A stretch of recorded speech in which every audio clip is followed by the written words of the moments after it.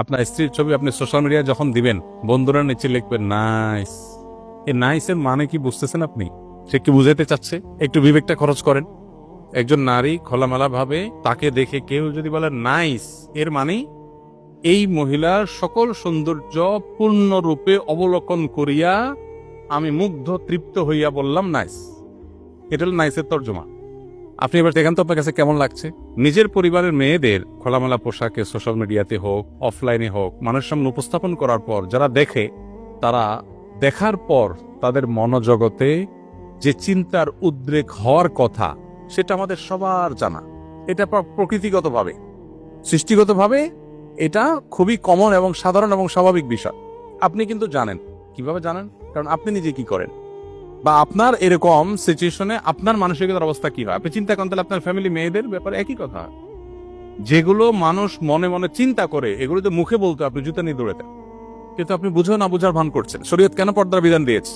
আপনি নিজেকে খুব উদার, খুব ব্রড, খুব আপনি একেবারে অনেক স্মার্ট, আধুনিক বানাচ্ছেন। আপনি তো আসলে সেকেলে।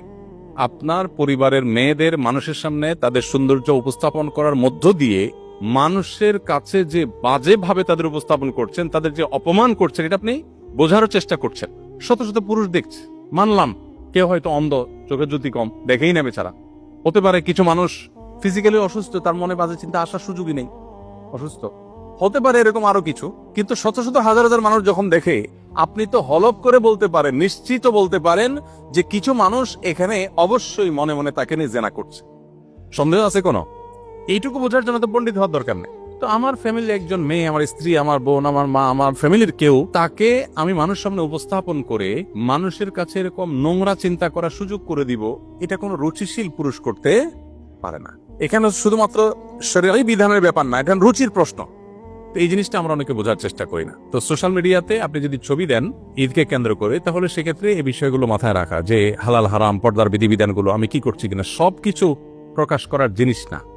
যখনই রেস্ট্রিকশনের কথা আসে, শরীয়তের বিধিনিষেধের কথা আসে, আমরা মনে করি যে হুজুররা অনেক টাইট।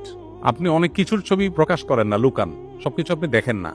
আপনিও যথেষ্ট কনজারভেটিভ অনেক ইস্যুতে, কিন্তু আল্লাহর বিধিবিধানের ভিত্তিতে যে ব্যক্তি নিজেকে নিয়ন্ত্রণ করে, আপনি তাকে নিয়ে বাজে কথা বলেন, তাকে নিয়ে আপনার মনে হয় সে অনেক কনজাস্টেড, সে অনেক সংকীর্ণ, আপনি মনে অনেক উদার। মূলত আপনি উদার না, আপনি উদাসীন। আপনি উদার না, আপনি আসলে উদাসীন। এই জন্য এই বিষয়গুলো খেয়াল রাখতে হবে। এমনিতে বাচ্চারা, ছেলেরা ঈদের আনন্দের প্রকাশ হিসাবে যদি ফটোগ্রাফিক ছবি তুলে সোশ্যাল মিডিয়াতে যায়, সেখানে হারাম কিছু না থাকে, প্রিন্টেড যেহেতু না, এটা নাজায়েজ না। অনেক ওলামা একরাম ফটোগ্রাফিক ছবি যেগুলো মোবাইলে বা আপনার ক্যামেরা ধারণ করা হয়, সেগুলোকেও নাজায়েজ বলেন। তবে অনেক ওলামা একরাম জায়েজ বলেন, এবং জায়েজ বলেন যারা তাদের মতটা আমাদের কাছে শক্তিশালী মনে হয়। সেজন্য আমরা মনে করি যে এরকম ছবি সোশ্যাল মিডিয়াতে দিলে বা অন্য কোথাও দিলে ঈদের আনন্দের প্রকাশ হিসাবে, ঈদের কালচারাল একটা ইস্যু হিসাবে এটা জায়েজ। তবে এখানে জামাই বউ একসাথে ঈদের জামা কাপড় পরে ছবি তুলে সোশ্যাল মিডিয়া দিয়ে দিলেন আর বললেন দোস্তরা ঈদ মুবারক। দোস্ত তো বানাচ্ছেন 5,000 ফেসবুকে। এখন এই যে ছবি দিলেন, এটাতে রমজান জুড়ে যে আমল টামল করলেন, এগুলো সব বরবাদ করার জন্য যথেষ্ট হয়ে যেতে পারে।